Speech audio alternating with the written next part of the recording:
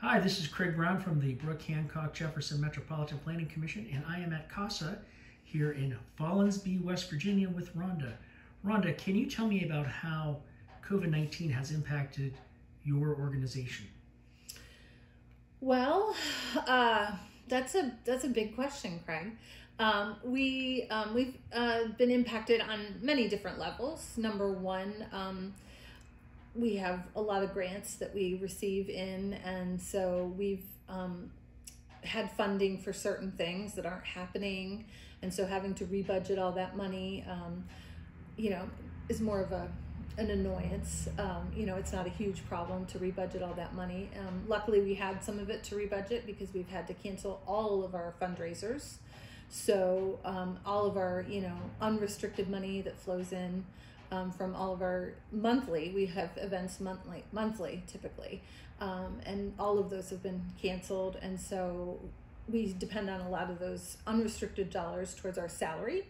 And since several things were canceled, conferences and the like that we did have funding for, we were able to rebudget some of that money. But I think it's really going to ripple effect into 2021 and possibly even 2022 when we really start to feel the pain of all that lack of cash flow over, which probably will last most of 2021. I imagine our events will have to continue to be reimagined and or canceled, and so it's been difficult. It's really one of our core agency goals is to have unannounced home visits that we do to check in on our families. Everybody, if somebody's coming over to stop in and say hello, you clean up your house or take care of things or make sure the people that aren't allowed to be at your home aren't at your home, and those types of challenges. So the unannounced visit is extremely difficult to navigate right now because you don't know if somebody's been sick or having some symptoms, and we shouldn't be going into that house. And so we've had to shift to a lot of either unannounced visits where we call and ask the questions that we need to be asking to make sure myself and my staff and my volunteers are safe, or go to virtual visits, which are not nearly as educational as in-person unannounced home visits. So confirming that our children are safe, that we are serving, has been extremely difficult. However, we continue to go unannounced because some of our families are high risk and they aren't doing what they need to do and or keeping children safe. And so we do go unannounced still. But with some of our foster families, we've shifted to more announced or virtual because we've been there many times previously and we are sure our children are safe in those sort of settings. So it's a lot to navigate every day. The rules change by the hour, I feel like, sometimes relating to what needs to be happening to make sure people are safe.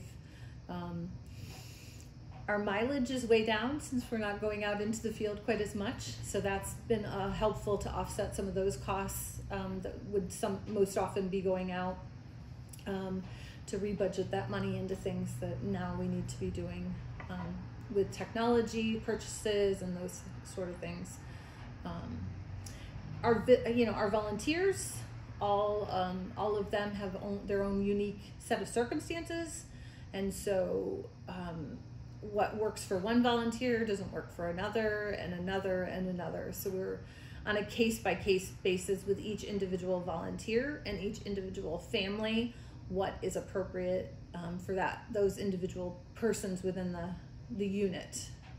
Meaning some of our volunteers are older and higher risk, and so they shouldn't be going and doing home visits by face to face. And so it's been a lot to figure out every morning what's in store for our day and where are we going and what are we doing and all those sort of things.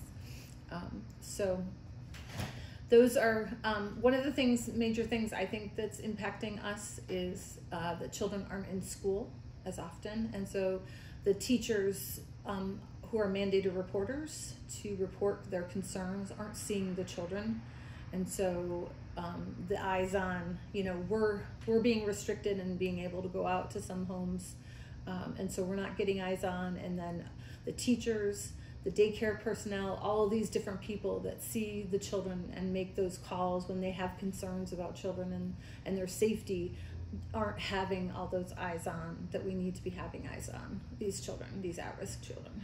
And so I think that's a major problem. So how about the clients themselves, the children? How do you think they're adjusting? Well, they're struggling. Their visits are canceled. They don't understand why. During their visits, they're restricted from hugging their parents, and, kissing their parents, sitting on their parents' lap, reading a book. They don't understand why this change has happened.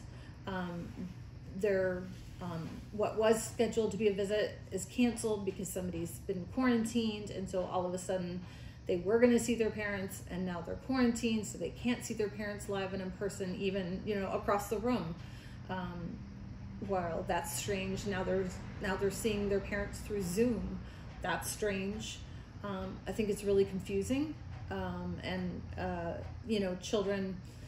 I was talking to a foster mom this past week, and she was talking about how, the parents were, they're addicts, they're struggling, they're not really present in the moment with the visit, and so they're on Zoom, doing their own thing, and the children are on Zoom, trying to connect, and the parents are virtual and like playing loud music and doing all sorts of confusing things, and the kids are trying to talk to them and they can't hear them, and so the regulation, supervision of visits is not happening the way it normally happens.